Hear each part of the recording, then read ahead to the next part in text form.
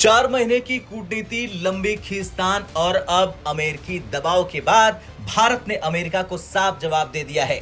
Mini trade deal लगभग final है, लेकिन इस बार भारत ने यह साबित कर दिया कि कोई भी सौदा एक तरफा नहीं होगा।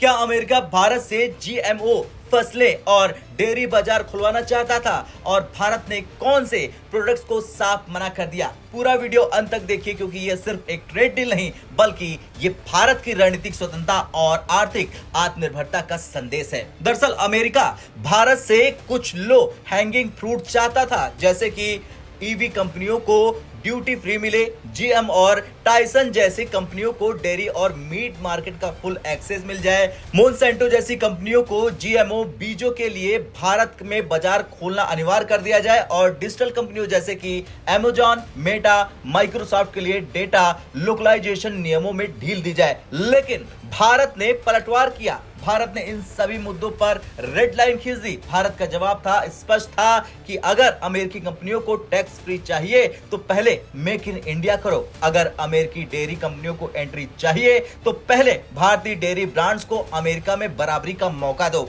भारत ने साफ कर दिया कि एफटीए यानी कि फ्री ट्रेड एग्रीमेंट तभी संभव होगा जब ये दो तरफा लाभ दे। जीएम और टाइसन जैसी कंपनियों को भारत में एंट्री तभी मिलेगी जब महिंद्रा और अमूल को भी अमेरिका में बराबरी मिले। डिजिटल टैक्स पर भी भारत झुका नहीं है। Digital personal data protection act अब कानून बन चुका है और भारत ने कह दिया है कि राष्ट्रीय सुरक्षा से कोई समझौता नहीं किया जाएगा। और भारत डब्ल्यूटीओ तक चला गया था ये साफ करने के लिए कि उसके फैसले ग्लोबल नियमों के अनुरूप हैं। अमेरिका चाहता था कि भारत जीएमओ बीज, डेयरी, मीट प्रोडक्शन का आयात खोले, लेकिन भारत की चिंता थी जीएमओ बीजों से ऑर्गेनिक खेती को खतरा होगा, 15 करोड़ किसानों की आजीविका को नुकसान होगा और सस्ते डेयरी प्रोडक्ट से अमूल, नंदनी, मदर डेयरी जैसी कंपनियों को भारी नुकसान होगा। और भारत ने यही वजह है कि साफ कर दिया कि हम अपने किसानों की कीमत पर कोई भी डील नहीं करेंगे। इसके बजाय भारत ने वैकल्पिक रियायतें दी, जैसे कि बादाम, अखरोट और कुछ महंगे फूड प्रोडक्ट्स पर टैरिफ में डील की पेशकश की। अमेरिका चाहता था कि इंडियन यूजर्स का डेटा अमेरिका में प्रोसेस हो, लेकिन भारत का कानून कहता है कि डेटा भारत में ही स्टोर और प्रोसेस होना चाहिए। भारत ने अमेरिका से साफ कहा कि डेटा हमारा है, जमीन हमारी है, लोग हमारे हैं, तो डेटा हमारी संप्रभुता का हिस्सा है। और इसी वजह से डिजिटल टैक्स पर भारत नहीं झुका। भारत और अमेरिका दोनों 2030 तक $500 अरब का व्यापार लक्ष्य बना चुके हैं, लेकिन भारत ने इस बीच साफ कर दिया है कि इस व्यापार में लोकल इंडस्ट्री को नुकसान नहीं होना चाहिए, एक्सपोर्ट इंपोर्ट संतुलित होना चाहिए, मेक इन इंडिया को प्राथमिकता दी जानी चाहिए।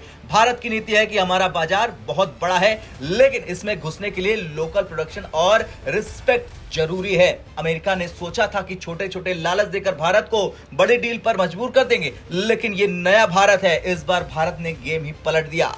ये नया भारत जो न केवल आत्मनिर्भर है बल्कि समानता और सम्मान की शर्त पर ही व्यापार करेगा। खैर, अब मामला साफ है। भारत ने अमेरिका को अल्टीमेटम दे दिया है, न जीएमओ बीज, न फ्री एंटी डेयरी प्रोडक्ट और न ही दूसरी कोई ईवी राइट्स। अब क्या आप मानते हैं भारत का ये रुख साफ है? क्या भारत को और शक्ति दिखानी चाहिए या आपको लगता है कि कुछ जगह लचीलापन जरूरी है? कमेंट कर जरूर बताएं। ब्यूरो रिपोर्ट, भारत तक।